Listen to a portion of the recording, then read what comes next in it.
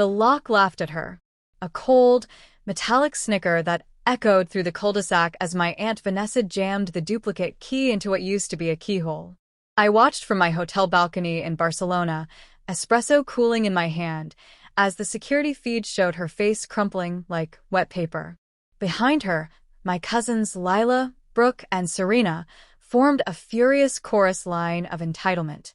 The moving truck idled like a patient beast, its driver checking his watch every 3 seconds. 37 minutes earlier, they'd been celebrating.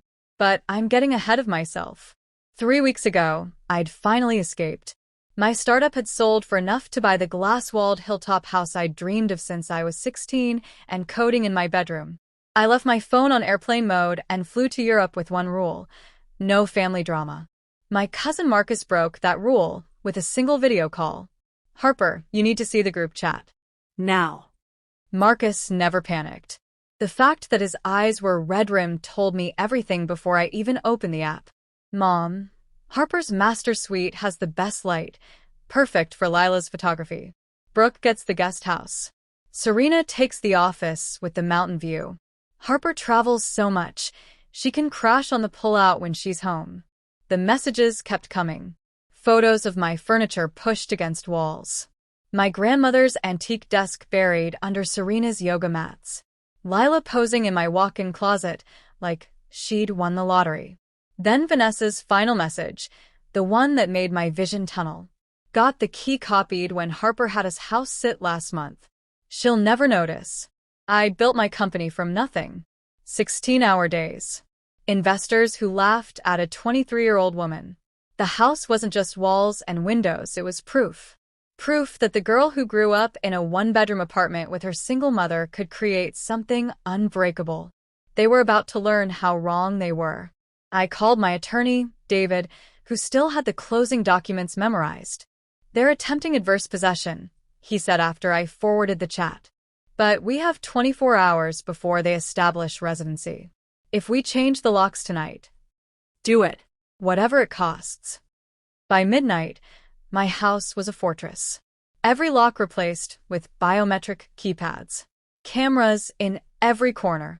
The security company sent me the app before their vans even left my driveway. I didn't sleep, just watched the empty feeds and waited for sunrise. They arrived at 8:57 a.m., right on schedule. Vanessa led the charge, designer purse swinging like a battle standard. My cousins followed with Starbucks cups and victory smiles. The movers trailed behind with dollies stacked high with boxes labeled with my address in Sharpie. "This is actually happening," Lila squealed, filming everything for her followers.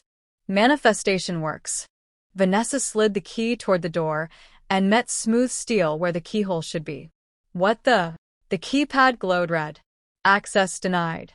Brooke started punching random numbers. Serena kicked the door. Lila kept filming, narrating like this was content gold.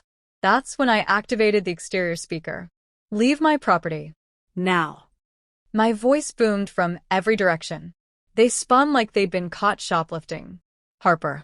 Vanessa's face went the color of spoiled milk. "This isn't funny. It's not supposed to be." I watched them through 6 different angles.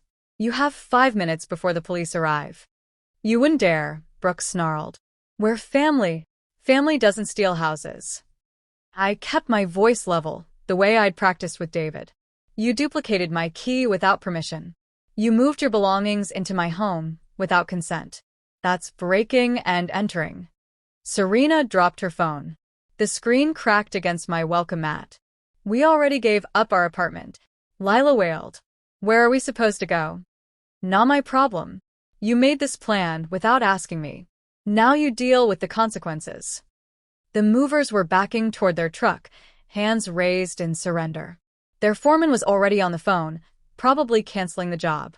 Vanessa tried one last tactic, the one that always worked when I was younger. Tears. The big, dramatic kind that used to make me fold like cheap lawn furniture. "Harper, baby, we're just trying to be closer. Save it for the judge." The first siren cut through her performance. Then another. Closer. Louder. They scattered like roaches when the lights hit. Lila actually tripped over a box labeled Harper's Kitchen, Mine Now, and face-planted into the hydrangeas. Brooke was crying so hard she couldn't find her car keys. Serena just stood frozen, staring at the camera like she could will me into submission. Vanessa made it halfway to her Mercedes before the first patrol car blocked the driveway.